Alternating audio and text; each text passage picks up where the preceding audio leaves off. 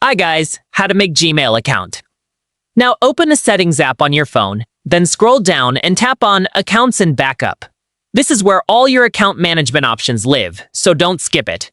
Tap on Manage Accounts at the top of the next screen, then scroll all the way to the bottom. Here is a quick heads up. If you don't see Manage Accounts, look for Accounts instead, as it varies by phone model. Tap the Add Account option to see the list of different platforms. This is where you can add Google, Samsung, Microsoft, and other accounts. Tap on Google from the list and wait a few seconds for the security check to load the official sign-in page. Here is a pro tip. Make sure you are connected to Wi-Fi for a faster loading time.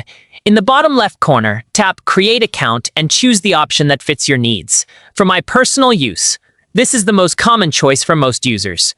Enter your personal details and create a strong password to finish up. Depending on Google's automatic security checks, your account may be created instantly without a phone number, though Google's system still requires it for some accounts.